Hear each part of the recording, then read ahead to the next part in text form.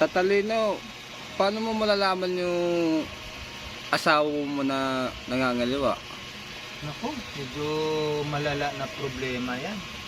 Iho, yan ang ano. Pero kayang-kaya solusyonan ni Tatalino yan. O ito, yung mga nagtatrabaho sa malayo at iniiwanan yung mga asawa. Ha? Baka sinusubli na ni kumpare yan. Ito ang gagawin nyo, makinig lahat, dapat.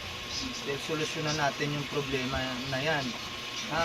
Mga Lods, ganito ang gagawin nyo. Bago kayo umalis ng bahay at iiwanan nyo na yung asawa nyo, kumuha kayo ng isang dakot na palay. Ilalagay nyo sa ilalim ng kama nyo, sa ilalim ng foam. Pagkatapos, magtatrabaho na kayo sa malayo. Pagka dumating kayo at ang iniwan yung palay na nagiging bigas na, malamang totoo ang hinala nyo na binabayo na ni kumpare ang mga asawa nyo. Ganun po ba yun? Binabayo na ni kumpare kasi nagiging bigas na eh.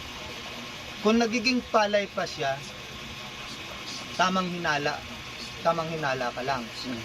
Ayos, nasolusyonan ang problema mo? Yes, Tatalino. Ito shout out pala dyan sa kay Cesar Marbilla at saka kay Luz Biminda Dacanay na taga saan yun? Basta, alam na nila yun.